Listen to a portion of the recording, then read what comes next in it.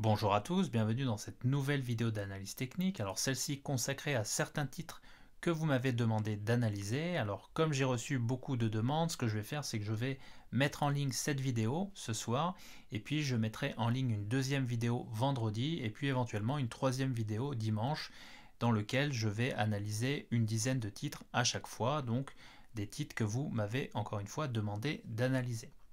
Donc j'espère que cette vidéo vous plaira. Bien entendu, si vous aimez ce type de vidéo, n'hésitez pas à liker pour éventuellement m'inciter à en faire plus souvent. Allez, juste avant qu'on commence, je vous rappelle que les informations présentées dans cette vidéo ne constituent aucunement des conseils en investissement. Celles-ci ont un but purement éducatif. Autrement dit, lorsque je fais ces vidéos, c'est simplement pour vous donner un avis et ce n'est certainement pas un conseil en investissement. Autre point important que j'aimerais rappeler, c'est qu'il est important lorsqu'on investit à long terme de regarder les fondamentaux de l'entreprise et de ne pas se fier uniquement sur l'analyse technique. Ces rappels étant faits, nous passons à la présentation des différents titres. Allez, on va commencer avec le titre LVMH. Alors on voit ici au niveau du RSI 14 périodes qu'on a une contraction de celui-ci. Je vous rappelle que lorsqu'on a une contraction du RSI comme ceci, c'est généralement qu'on a un mouvement directionnel fort, et c'est ce qu'on peut voir ici sur le titre LVMH, puisqu'on voit que le titre ici au départ de ce triangle de contraction, donc en 2016, était coté aux alentours de 130 euros, 140 euros, et qu'on est désormais, en tout cas que le titre est désormais coté aux alentours des 700 euros.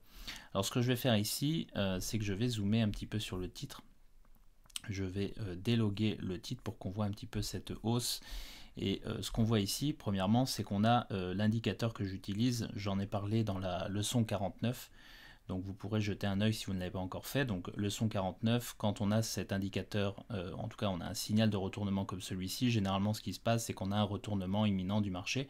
C'est ce qu'on peut voir ici puisque le titre était passé de 173 euros à 134 euros avant de repartir de plus belle. On l'a une deuxième fois ici, le titre avait en tout cas consolidé pendant 2 mois avant de repartir de plus belle.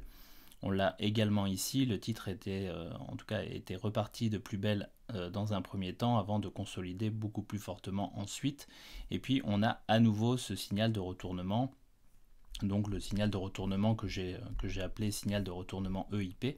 Et donc ce signal est tout simplement un chandelier japonais, idéalement un chandelier japonais de retournement. Ici on a affaire à une étoile filante qui intervient au-delà de la bande de Bollinger supérieure et qui ne touche pas la ligne de signal, ici la moyenne mobile exponentielle 3 périodes. Donc on a un signal de retournement ici, on voit que le titre a consolidé depuis puisqu'on est venu chercher ces points hauts avant de repartir à la baisse ici. On voit que le titre, vous voyez, entre l'apparition du signal ici, on va mettre le titre en clôture, donc ici, et le point bas, vous voyez que le titre a perdu 8% environ. Donc ce qui se passe ici, c'est qu'on a une zone potentielle de résistance. On voit que le titre est venu chercher cette zone de résistance une fois, 2 fois, et on voit à nouveau l'apparition d'une étoile filante sur cette zone de résistance. Alors je vous rappelle que les chandeliers de type étoile filante apparaissent souvent sur des zones de résistance, comme ici. Donc on a une zone de résistance ici qui est marquée par la présence de cette première étoile filante. Le point haut devient zone de résistance. La question c'est est-ce que le titre va être en mesure de déborder cette zone? On le saura dans les mois qui viennent. Et la deuxième question c'est est-ce qu'on a un signal de faiblesse? Au niveau du RSI, pour l'instant, on n'a pas de signal de faiblesse, si ce n'est potentiellement cette divergence ici que je vais signaler en bleu. Et donc on voit qu'on a une divergence baissière ici, pour l'instant qui est relativement légère, c'est-à-dire qu'elle peut encore s'infirmer, en tout cas elle peut disparaître si jamais le RSI est capable de venir au-dessus de cette zone. Maintenant, on a 2 signaux de retournement en chandelier japonais, donc une première étoile filante, on a même ici un chandelier d'avalement, donc un avalement baissier ici, puis une deuxième étoile filante, donc troisième chandelier de retournement sur la même zone. Donc ça commence un peu à faire beaucoup. Et donc ce qu'on pourrait attendre du titre éventuellement, c'est une correction plus marquée de celui-ci. Alors si jamais correction il devait y avoir, je vais sauvegarder ceci.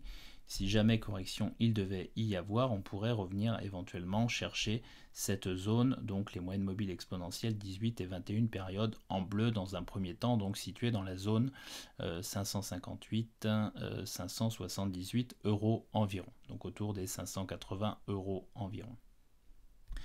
Alors quand on regarde l'ascension du titre LVMH, on voit qu'on a une ascension verticale très impressionnante Et donc il y a forcément un moment où le titre va corriger fortement, c'est inévitable. Le titre a beau être une belle valeur d'un point de vue fondamental, on est quand même sur des niveaux de valorisation extrêmement élevés, donc le titre est très très bien valorisé, ce qui veut dire aussi qu'à la moindre mauvaise nouvelle, on aura une correction très forte sur le titre LVMH, à n'en pas douter. Donc sur le titre LVMH, on a un momentum très important, un mouvement directionnel très important. Maintenant, on a plusieurs signaux de retournement, au moins à court terme, et donc il faudra voir si le titre est en mesure de franchir les plus hauts qui ont été réalisés au mois de novembre 2021, à savoir franchir les plus hauts situés aux alentours des 740 € environ. Maintenant, on n'oubliera pas que lorsqu'un titre part à la verticale comme ici, on a toujours un moment où on a une forte correction et donc il faudra se méfier de ce retournement ou de cette forte correction lorsque celle-ci interviendra.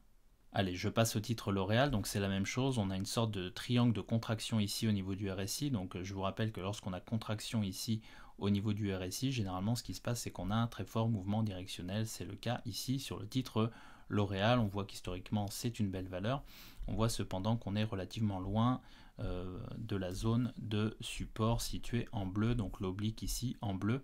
Alors je vais zoomer un petit peu sur le titre pour voir un petit peu ce que ça donne.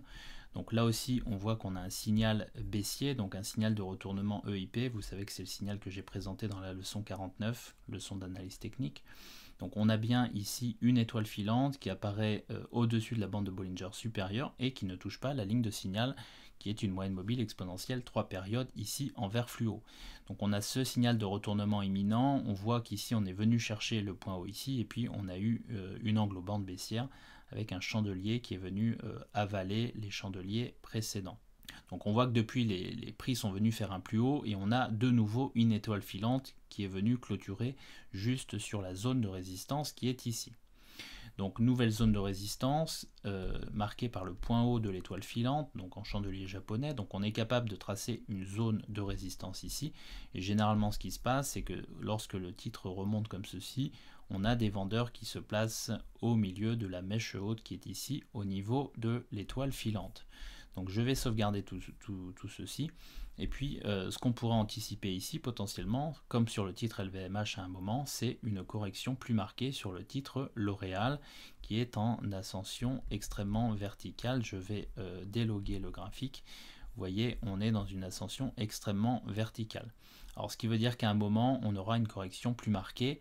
Est-ce que le titre est en mesure de monter de manière encore plus verticale? C'est pas impossible. Et donc ça, on devrait le savoir dans les mois suivants. Ceci étant, au niveau de la valorisation, le titre L'Oréal est très très bien valorisé d'un point de vue fondamental. Et donc à un moment, c'est comme pour le titre LVMH, on aura potentiellement une très forte correction sur le titre L'Oréal. Donc comme pour le titre LVMH, très fort momentum haussier, mouvement directionnel extrêmement important depuis mars 2020, on le voit ici. Maintenant, on a un signal de retournement à court terme qui a été validé ici. On a une tentative de reprise haussière, il faudra voir si on est en mesure de franchir ses plus hauts. Auquel cas, bien entendu, si le titre était en mesure de franchir ses plus hauts, on pourrait avoir une accélération haussière au niveau du titre L'Oréal. C'est la même chose pour le titre LVMH. Allez, je passe à Danone. Vous savez que c'est un titre que j'ai en portefeuille. Vous savez que j'ai un PRU aux alentours des 53 €. Donc je n'ai pas renforcé mes positions dans la hausse. Par contre, je pense, en tout cas, je réfléchis éventuellement à augmenter ma position dans la baisse. Donc sur le titre Danone, vous savez qu'on a un canal haussier historique, canal oblique historique, qu'on avait un double top ici, qu'on a cassé la ligne de coup qui est ici, on est venu chercher le premier objectif ici en bleu situé dans la zone des 50 €, et puis vous savez que si on reporte ici le deuxième sommet, on a un deuxième objectif situé ici à 39 €. On a également, en tout cas j'ai procédé à un report du canal haussier ici, donc ici en noir, et vous savez qu'il est possible qu'à un moment on vienne tester ce report de canal haussier, donc dans la zone qui se situe ici aux alentours des 45-46 € environ. Au niveau du RSI 14 périodes, on est vous voyez, sur une zone d'achat potentiel à long terme. Si le titre en tout cas est toujours en tendance haussière, vous savez que j'utilise ces niveaux de temps en temps, c'est-à-dire les niveaux 80-40. Lorsqu'un titre évolue entre 80 et 40, qu'il oscille entre ces niveaux, ça veut dire que la tendance de fond est une tendance haussière. Donc c'est bien ce qu'on voit ici. Maintenant la question c'est est-ce que ces niveaux vont être maintenus ou est-ce que le titre va descendre sur de nouveaux plus bas au niveau du RSI et peut-être chercher la zone des 20, auquel cas on serait directement en tendance baissière, une tendance baissière qui pourrait justement nous amener dans la zone des 39 euros.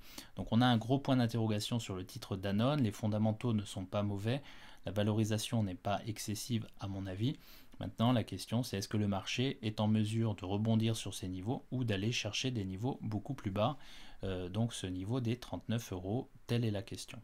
Alors je vais zoomer très rapidement sur le titre, en tout cas sur le cours de bourse. Ce qu'on peut dire ici, c'est qu'on a potentiellement une zone de support, et donc c'est une zone ici qui se trouve au milieu de ce chandelier, donc de ce long chandelier blanc, donc qui est un chandelier vert, c'est la même chose. Vous savez que le milieu du corps de ce type de chandelier devient zone de support, au moins à court terme. Donc je vais placer cette zone de support au moins à court terme, ce qui veut dire qu'on devrait retrouver des acheteurs dans la zone des 51 euros. Donc on peut anticiper des acheteurs dans cette zone un peu plus large, donc de 50-51 euros. On verra donc si le titre Danone est en mesure de se reprendre ici, auquel cas on pourrait assister à un double bottom et une réintégration du canal original, ou bien si le titre n'est pas en mesure de se reprendre ici, on pourrait effectivement descendre un cran plus bas, chercher les 39 euros, et donc ce sera ce qu'on guettera au cours de l'année 2022. Donc à mon avis, il y a potentiellement des choses à faire entre ces deux zones, une zone située entre 50-51 euros d'un côté et 39 euros de l'autre, et donc on peut potentiellement construire des positions si on est un investisseur à long terme entre ces deux zones, en ne prenant pas forcément des risques excessifs, mais en construisant ces positions lentement et au fil du temps. Allez, je passe au titre Euronext, qui est un titre qui évolue très bien depuis 2014, puisqu'on est sur un très beau mouvement directionnel depuis 2014. Alors on voit que le titre a connu un très beau parcours entre 2014 et 2021, puisque le titre est passé de 17 euros environ à une zone située entre 100 et 105 euros environ. Cependant, on note ici la présence potentielle d'un double top, donc double sommet, une structure en double sommet, avec ici, et ce qu'il faudra surveiller, c'est potentiellement un retour sur la zone ici des 78 euros, auquel cas on aurait effectivement un double sommet, et donc il faudrait guetter la cassure potentielle de cette zone, donc des 78 euros, auquel cas on aurait potentiellement des objectifs situés beaucoup plus bas sur le titre Euronext. Alors bien entendu on n'en est pas là, il faudra voir d'abord si le cours d'Euronext est en mesure de retrouver ici les moyennes mobiles exponentielles 34-37 périodes ici en rouge, auquel cas on aurait une zone de support au moins à court terme, et puis ensuite il faudra voir si le titre est capable de rebondir dans cette zone, pourquoi pas venir rechercher ces niveaux de 100-105 euros, ou bien casser cette zone, auquel cas on aurait une très forte alerte sur le titre Euronext, avec un retour potentiel dans cette zone située aux alentours des 55-60 euros. Pourquoi cette zone? Tout simplement ici parce qu'on a un marteau, et comme vous le savez, le milieu de la mèche base d'un marteau fait office de zone de support au moins à court terme, et donc on pourrait, en cas de cassure de cette zone de support, retourner chercher ici cette zone située à 55, éventuellement 60 euros ici. Donc prudence sur le titre Euronext pour le moment, puisqu'on a une structure en avalement ici, avec une zone de résistance située à 100 euros, et puis on a ici une étoile filante, avec une deuxième zone de résistance située à 105 euros, et la présence d'un nouveau chandelier baissier, très baissier ici, et donc potentiellement on a quand même des signaux de faiblesse sur le titre Euronext, au moins à court terme, et donc il faudra voir ce que ça donne dans les mois et les trimestres qui viennent. Allez, je passe au titre Worldline, j'en ai parlé dans la leçon 49 d'analyse technique, lorsque j'évoquais justement le signal de retournement EIP que j'utilise. Donc vous avez ici la présence de ce signal de retournement avec la présence d'une étoile filante qui intervient au-delà de la bande de Bollinger supérieure et qui intervient, en tout cas ce chandelier ne rentre pas en contact avec la ligne de signal qui est une moyenne mobile exponentielle 3 périodes en vert fluo ici. Donc on a un signal de retournement, le sommet de l'étoile filante devient zone de résistance. Bien entendu, le sommet de cette structure de retournement, de ce signal de retournement devient également zone de résistance. On voit que les cours dans la foulée viennent chercher des niveaux beaucoup plus bas, avec la présence d'un marteau, les cours se reprennent, et puis cette zone de résistance marche très bien, en tout cas fonctionne très bien, tout au long de l'année 2020 et 2021. On voit que depuis, le titre Worldline a complètement décroché, puisqu'on est passé ici d'un plus haut à 84 euros, et on est désormais, au moment où je tourne cette vidéo, à 46 euros.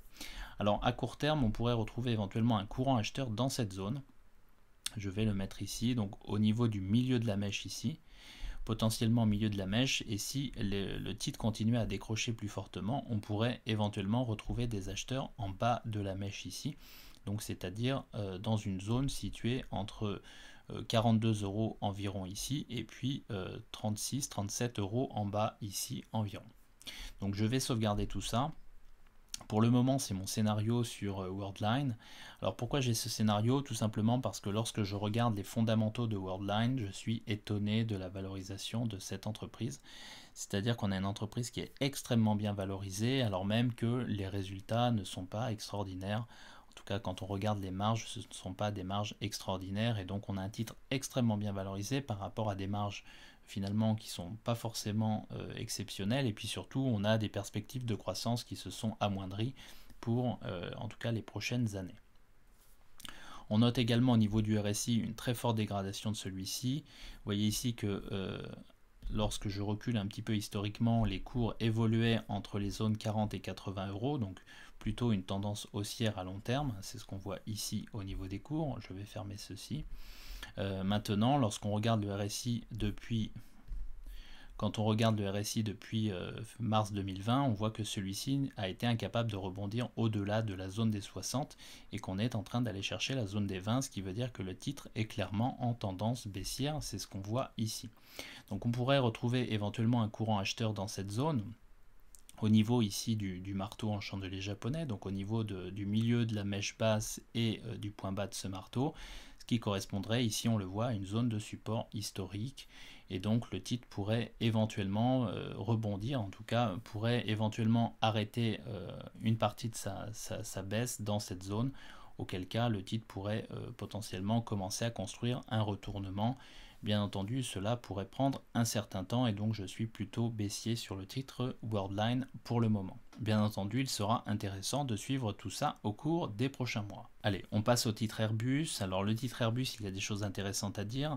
La première chose, c'est qu'on avait ici une structure en double sommet ici, qu'on avait deux objectifs, un premier à 56 €, un deuxième à 33 €. Vous vous rappelez peut-être, si vous suivez mes vidéos depuis un certain temps, que j'avais construit une position dans la zone des 50 €, donc par ici sur cette zone. On voit ici qu'on a un signal de retournement EIP, puisqu'on a un chandelier, donc un doji, qui se situe en dessous de la bande de Bollinger inférieure et qui ne rentre pas en contact avec la moyenne mobile exponentielle 3 périodes en vert fluo, qui est bien au-dessus ici. On voit que depuis, les cours se sont fortement repris, et on voit que le titre est revenu aux alentours des 115 € avant de consolider ici. Donc alors pourquoi est-ce qu'on est venu buter sur cette zone? Tout simplement parce qu'ici on a une zone de résistance très importante qui est marquée ici par le point haut du corps de ce chandelier. Donc je vais le mettre ici en rouge. Lorsque vous avez un long chandelier baissier comme celui-ci, donc un long chandelier noir ou long chandelier rouge, c'est la même chose, le sommet du corps de ce chandelier fait office de zone de résistance, au moins à court terme. Et je vous rappelle ici qu'ici on a également un long chandelier noir, donc long chandelier rouge, c'est la même chose. Le milieu du corps fait office de zone de résistance, ce qui veut dire que toute cette zone est dans une zone de résistance. Je vous rappelle également que cette zone coïncide avec le premier sommet qui est ici, donc on a une forte zone de résistance dans toute cette zone. Et donc ce que je vais faire, c'est que je vais mettre en couleur tout ceci. Vous voyez, si je prends ici cette zone, ici on a une zone de résistance très importante sur le titre Airbus.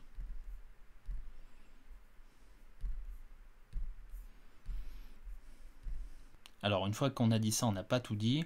On voit ici qu'on a un canal haussier ici en rose. Alors ce que j'ai fait, c'est que j'ai prolongé ce canal haussier oblique en rose. Et donc ce qui pourrait se passer, c'est éventuellement un retour des cours dans ce canal oblique et puis une oscillation des cours dans ce canal. Donc un cran plus bas, donc entre la zone des 80 € ici et puis la zone des 100 € environ, avec une oscillation des cours peut-être d'Airbus au cours des prochains trimestres. D'autant plus qu'ici on a cassé à la hausse le RSI, donc on avait une résistance oblique baissière ici au niveau du RSI 14 périodes. On voit qu'on est repassé au-dessus de cette résistance oblique et qu'on est en train potentiellement de prendre appui, et donc qu'on a potentiellement une inversion de polarité qui est en train de se dessiner sur la zone de résistance au niveau du RSI. Et donc on pourra avoir un retour des cours dans cette zone et une oscillation des cours dans cette zone. Donc sur Airbus, on a eu une très forte chute, un très fort rebond haussier. Maintenant, on pourrait avoir une zone de consolidation plus latérale, en tout cas, au cours des trimestres qui viennent. Et donc, on pourra avoir un titre Airbus qui ne monte pas beaucoup plus haut et qui ne descend pas forcément beaucoup plus bas. Autre point important, on voit qu'on a un long chandelier blanc ici, donc un long chandelier vert, c'est la même chose. On sait que le milieu du corps de ces chandeliers font office de zone de support et donc effectivement on pourrait avoir une oscillation dans cette zone, donc une latéralisation du mouvement au cours des trimestres qui viennent sur Airbus. En tout cas, c'est mon scénario privilégié. Allez, on passe à Safran. Donc Safran était un titre que j'avais analysé lors du crack de mars 2020. Vous vous rappelez qu'on avait cette structure ici, en tout cas cette figure de retournement potentiel. J'avais dit que si on venait casser, en tout cas au niveau des chandeliers, cette zone des 66 euros, potentiellement on avait une figure avec une figure en V-top, donc un sommet en V, avec potentiellement un objectif ici. Ce qu'on voit ici, c'est que les cours n'ont pas cassé cette zone, donc je vais zoomer ici.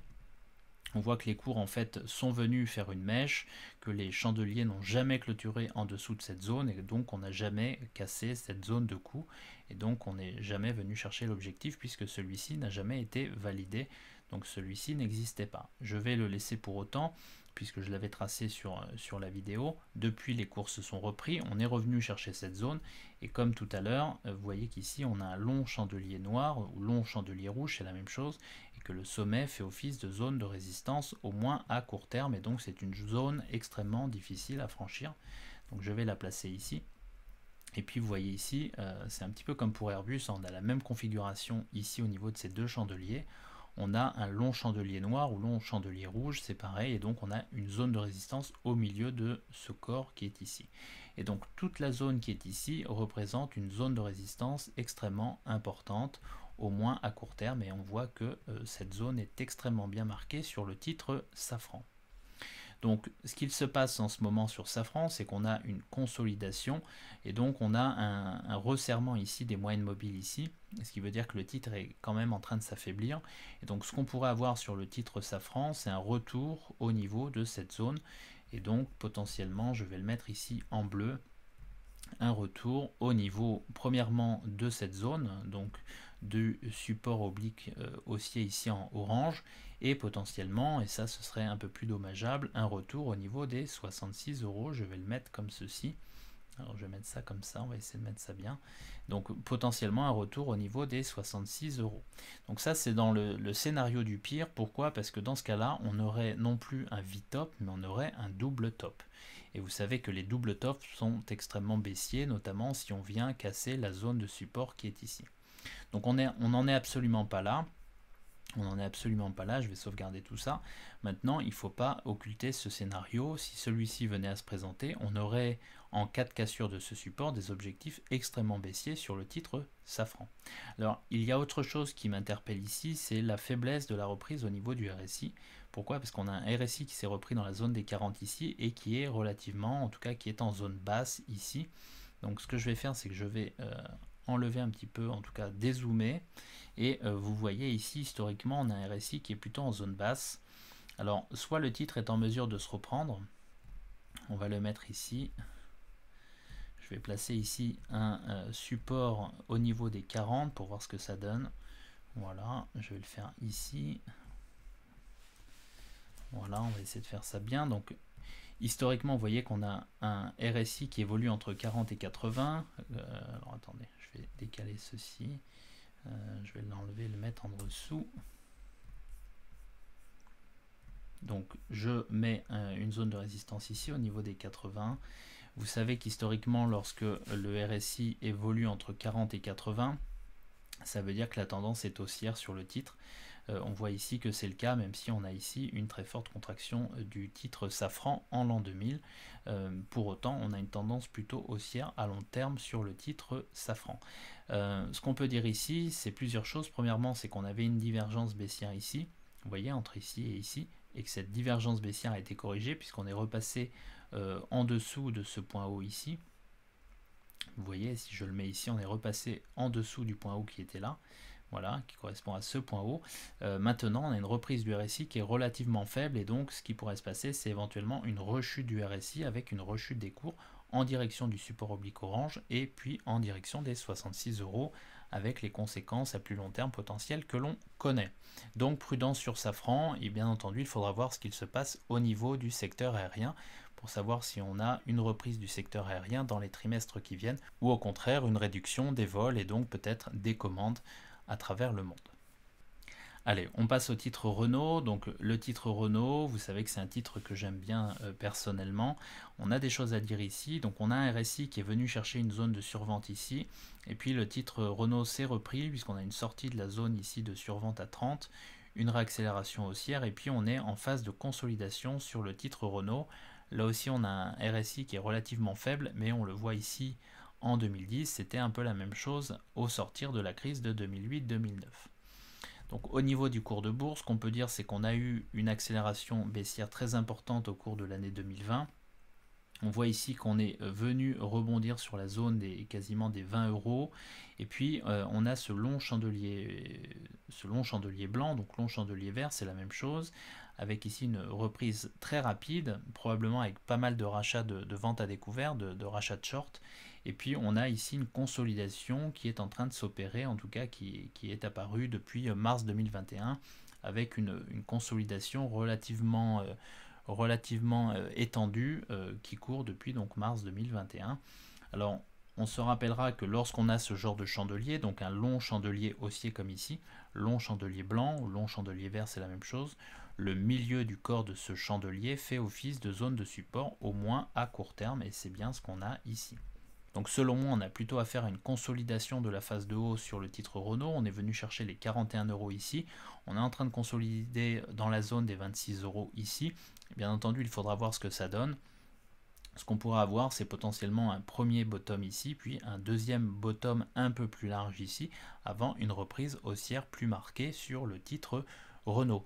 Bien entendu, ce scénario est valide si on croit à la reprise des ventes du secteur automobile au cours des trimestres ou des années qui viennent. Ce en quoi je crois de mon côté, comme vous le savez si vous suivez mes vidéos, puisque je suis actionnaire de Renault. Donc consolidation à suivre sur Renault pour voir si on vient chercher des niveaux légèrement inférieurs aux 26 euros ou bien si le titre est en mesure de se reprendre pour aller un cran plus haut, dans un premier temps en direction des 40 euros, puis éventuellement un cran plus haut par la suite. Allez, on passe à Dassault Systèmes. Donc Dassault Systèmes, on a quelque chose à dire puisque ici on a une divergence flagrante du RSI 14 périodes avec des points hauts de plus en plus hauts au niveau du cours de bourse, mais des points hauts de plus en plus bas au niveau du RSI 14 périodes. Donc on a une fragilité ici au niveau du RSI. Au niveau des cours de bourse, je vais zoomer.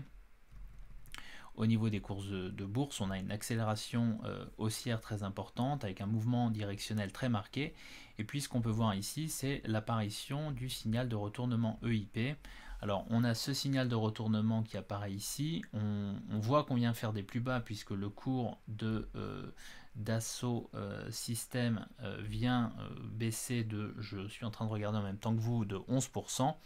Et puis le cours se reprend de plus belle. Maintenant, on a ce chandelier avec une mèche haute importante. Alors, ce n'est pas une étoile filante parce qu'on n'est pas tout à fait capable de mettre deux fois le corps au-dessus. C'est une pseudo-étoile filante et donc il faudra se méfier. On voit d'ailleurs que ce chandelier est également, en tout cas évolue également au-dessus de la moyenne mobile exponentielle 3 périodes. Donc des signaux très haussiers sur le titre Dassault Systèmes avec une divergence baissière extrêmement importante. Et donc il faudra voir si le titre est en mesure de refranchir cette zone au niveau du RSI pour éventuellement supprimer cette divergence baissière, donc avec potentiellement une hausse encore plus verticale, ou si le titre va venir caler dans cette zone avant de consolider plus fortement. Donc méfiance au niveau du titre Dassault Systèmes, on a deux signaux de faiblesse. La première c'est cette divergence baissière et puis ce signal de retournement au niveau du chandelier, même si celui-ci a déjà été, en tout cas ce signal a entraîné une correction passagère sur le titre. Donc j'aurais tendance à dire que sur ces niveaux, j'aurais pas forcément envie d'entrer sur le titre Dassault Systèmes, je préférais une correction plus marquée. Maintenant, lorsqu'on est, on est déjà investi sur le titre, on n'a pas forcément de signal qui nous invite à ne pas poursuivre, en tout cas ne pas conserver sa position sur Dassault Systèmes, une très belle entreprise. d'autant plus que le RSI évolue en zone haute depuis 2010 et donc on a une tendance extrêmement haussière, extrêmement dynamique sur le titre Dassault Systèmes. Là encore une fois, ce qu'il faut regarder, ce sont les fondamentaux pour savoir si on a envie de rentrer sur ces niveaux de valorisation ou si on préfère rentrer sur des niveaux de valorisation plus intéressants.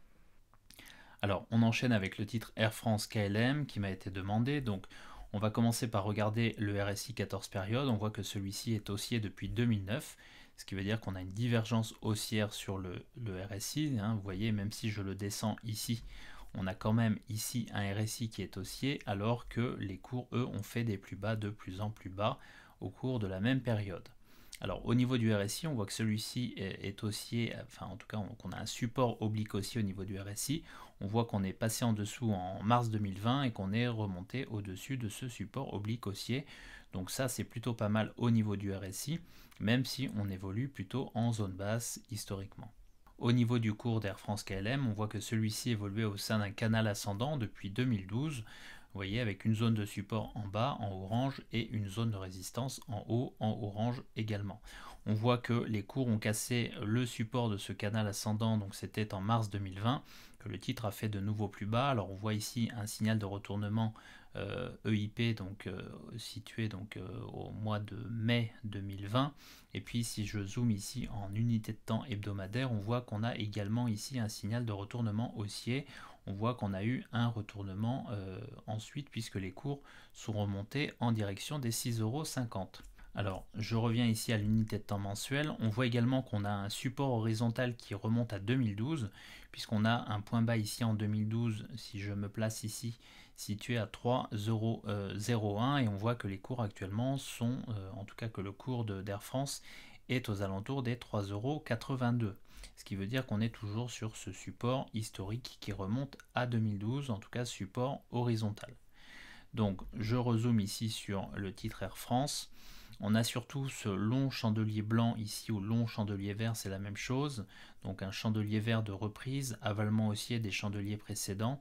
Et on voit en fait que le titre Air France est en train de consolider et de revenir à proximité du milieu du corps de ce chandelier qui fait office de zone de support au moins à court terme, donc ça c'est plutôt positif également. Donc de mon côté, je pense qu'on a plutôt une consolidation sur le titre Air France avant potentiellement une reprise haussière plus marquée. Alors bien entendu, ça reste du spéculatif parce que les fondamentaux sur Air France sont extrêmement mauvais, même si le titre bénéficie du soutien de l'État. Pour autant, les fondamentaux sont extrêmement mauvais et donc aussi, il faudra voir si les compagnies aériennes sont en mesure de reprendre leur activité correctement au cours des trimestres qui viennent, ce qui est loin d'être le cas au moment où je tourne cette vidéo. D'un point de vue technique, donc on a une consolidation ici au niveau de ce long chandelier blanc ou long chandelier vert, et donc on pourrait éventuellement avoir une reprise haussière, et je vais le placer comme ceci. On pourrait éventuellement descendre un cran plus bas au cours du mois de décembre, peut-être du mois de janvier, avant une reprise haussière plus marquée. Je vais le mettre comme ceci. En tout cas, c'est mon scénario privilégié au moment où je tourne cette vidéo, au vu des différents éléments qu'on a à notre disposition. Auquel cas, bien entendu, on pourra avoir une sorte de double bottom, donc formation en double creux, avec un premier creux très pentu et puis un second creux un peu moins pentu et une reprise peut-être un peu plus lente au cours des trimestres qui viennent et peut-être des années qui viennent. Voilà en tout cas ce que je pouvais dire sur le titre Air France. Alors bien entendu, si le titre parvenait à remonter aux alentours des 5,80 €, on aurait donc un double bottom et avec potentiellement une réintégration du canal haussier historique en orange. Allez, je continue ici avec le titre des joyaux. Donc on avait une formation en tasse à séquence ici, je l'ai matérialisé en vert avec un objectif situé à 27 €. Alors objectif situé à 27 €, pourquoi? Tout simplement parce que je reporte la hauteur de la tasse ici sur le niveau de cassure et puis j'obtiens cet objectif donc de 27 €. Au niveau du RSI, on voit qu'on a une contraction au niveau du RSI qui remonte donc au point bas ici, donc en 2008, contraction du RSI qui remonte à 2008. Et donc vous savez que quand on a une contraction du RSI comme ceci, ça veut dire qu'on a des cours qui évoluent à la hausse, on est dans une tendance fortement haussière. On voit que Piscine des Joyaux est passé d'un cours de 2,75 € environ en bas à un cours de 27,90 € au moment où je tourne cette vidéo. Donc on a un mouvement directionnel extrêmement important avec une tasse à séquence, l'objectif a été atteint au niveau de la tasse à séquence et on peut penser que le titre pourrait continuer à évoluer de manière plutôt favorable au cours des trimestres qui viennent. Alors ceci étant, je vais zoomer sur le cours de bourse. Ce qu'on peut voir, c'est qu'on a effectivement un titre qui évolue de manière extrêmement dynamique. Pour autant, on a une étoile filante ici au niveau de l'objectif. Je vais le matérialiser ici en noir. Donc étoile filante, le point haut de l'étoile filante, donc de la mèche haute, devient zone de résistance. Ça, c'est le premier élément. Et puis on voit que les chandeliers qui sont ensuite, on a un pendu ici, on a une sorte de doji ici, et puis les cours sont revenus chercher les niveaux de cet objectif. Ça veut dire qu'on a des investisseurs qui ont pris leurs bénéfices, qui ont pris leurs profits, et donc les cours se sont légèrement contractés depuis 2 mois. Donc ce qu'il faudra voir sur des joyaux, c'est la capacité du titre à poursuivre son ascension, et bien entendu au vu du mouvement directionnel qu'on a ou auquel on a assisté entre mars 2020 et aujourd'hui, on pourrait avoir une consolidation plus marquée du titre avec un retour potentiellement sur les moyennes mobiles exponentielles 18-21 périodes ici en bleu. Au niveau du RSI 14 périodes, on pourrait assister à une contraction de celui-ci et un retour potentiel des cours en direction des moyennes mobiles 18-21 périodes ici en bleu, avant potentiellement une reprise haussière plus marquée puisque le mouvement directionnel n'est pour le moment pas remis en question. Donc voilà ce qu'on pouvait dire sur Piscine des Joyaux. On remarquera également que le dernier point haut historique se situait ici, donc aux alentours des 22 €, et donc on pourrait avoir un retest de cette zone. Et comme vous pouvez le voir, cette zone se situe à proximité, encore une fois, des moyennes mobiles 18-21 périodes, ce qui pourrait coïncider avec un retest de cette zone. Donc je place ici l'ancienne résistance historique qui pourrait devenir zone de support. Donc je vais le placer comme ceci, on pourra avoir un retour en direction de cette zone, un retest de cette zone, avant potentiellement une reprise haussière plus marquée. Je vais le mettre comme ceci. On pourra avoir quelque chose comme ceci. Alors ce que je vais faire pour terminer cette vidéo, c'est que je vais me focaliser sur le titre Ruby, dont j'ai parlé à de multiples reprises, aussi bien dans mes vidéos d'analyse fondamentale que dans mes vidéos d'analyse technique. Alors, on avait vu qu'historiquement, le titre évoluait au sein d'un canal ascendant en bleu ici, et puis qu'on avait eu une accélération haussière, donc à partir de 2009, puisque le titre était venu chercher les niveaux qui sont ici, donc à savoir 65 €, avant de marquer un triple sommet ici, et de venir chercher les différents objectifs de ce triple top au fur et à mesure du temps qui passe. Et donc si je me focalise ici sur les cours, on a bien ici une structure en triple top, donc atypique parce qu'on n'a pas une épaule tête-épaule ordinaire, puisque là, on a ici des épaules qui sont plus grandes que la tête, mais ceci se produit parfois. C'est donc un triple sommet atypique, une épaule tête-épaule atypique, puisque la tête est plus petite que les épaules.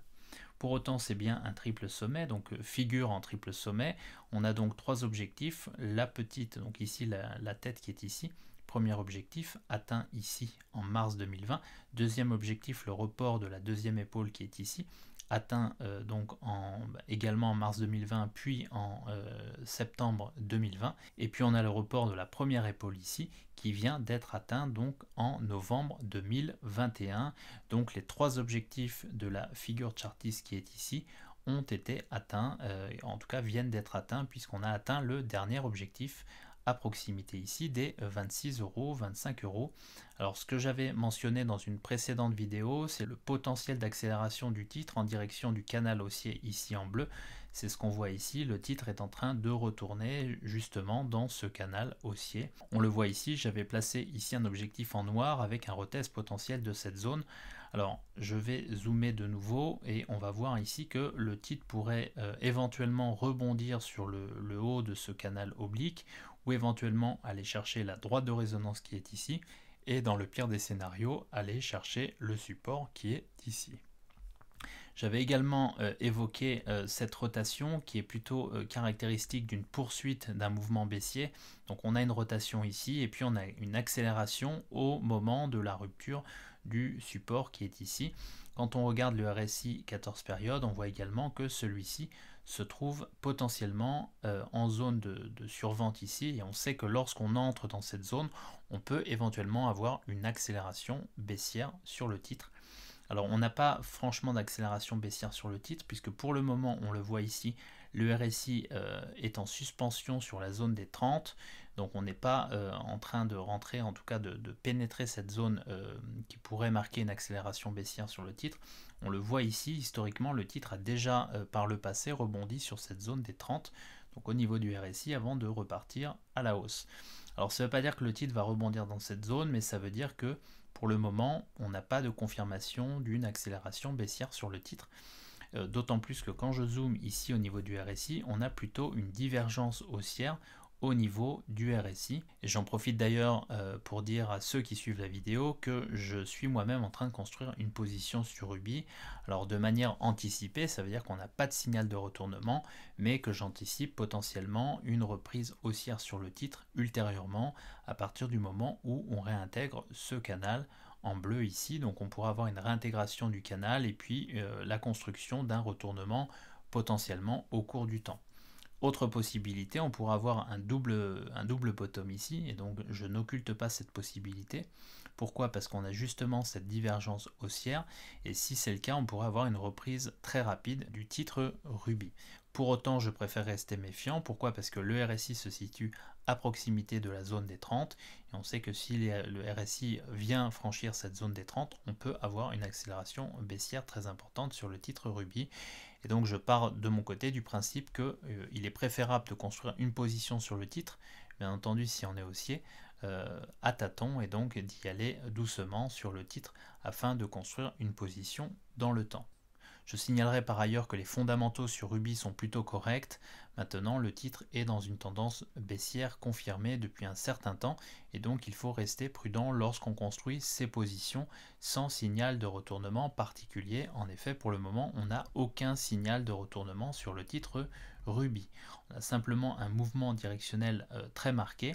Et donc il va falloir attendre la reprise des cours sur Ruby et donc l'apparition potentiellement d'un chandelier haussier, en tout cas un chandelier de retournement sur le titre afin de renforcer potentiellement ses positions. En tout cas, c'est comme ça que je vais procéder de mon côté. Donc pour conclure sur Ruby, on a atteint les 3 objectifs de cette figure de retournement, donc de ce triple top. Les 3 objectifs ont été atteints et on est en train de réintégrer le canal haussier historique sur le titre. Ça, c'est un premier élément. Pour autant, le mouvement directionnel est toujours en cours, c'est-à-dire qu'on n'a aucun signal de retournement au niveau des chandeliers japonais. Donc on reste méfiant, mais on a un premier signal donc de faiblesse du mouvement baissier, puisqu'on a une divergence haussière pour le moment au niveau du RSI 14 période. Ce qui veut dire que les cours pourraient se reprendre dans les trimestres qui viennent. Au niveau des fondamentaux, les fondamentaux sont plutôt corrects sur le titre Ruby, c'est-à-dire qu'on a une grosse incertitude sur le titre. Pour autant, les fondamentaux restent corrects pour le moment. Donc à voir si les fondamentaux se dégradent dans les trimestres qui viennent ou si justement les fondamentaux s'améliorent, auquel cas probablement qu'on pourrait retrouver un courant acheteur sur le titre Ruby. Donc pour le moment, investir sur Ruby reste relativement spéculatif et donc il est important de ne pas s'exposer trop fortement sur le titre pour le moment en attendant d'avoir une confirmation un peu plus claire sur le titre. Voilà, c'est tout pour cette vidéo d'analyse technique. Alors j'aurai l'occasion de poster une nouvelle vidéo d'analyse technique ce vendredi dans lequel je présenterai à nouveau une dizaine de titres et puis j'aurai l'occasion éventuellement de poster une 3e vidéo d'analyse technique ce dimanche dans lequel je présenterai à nouveau une dizaine de titres puisque vous avez été nombreux à me demander des titres et puis vous avez présenté des titres très intéressants et donc je pense que ça peut faire l'objet de 2 ou 3 vidéos d'ici dimanche. Voilà, j'espère que cette vidéo vous sera utile. Si vous avez aimé cette vidéo, n'hésitez pas à mettre un pouce bleu. Et puis je vous dis à très bientôt pour de nouvelles vidéos. Allez, merci.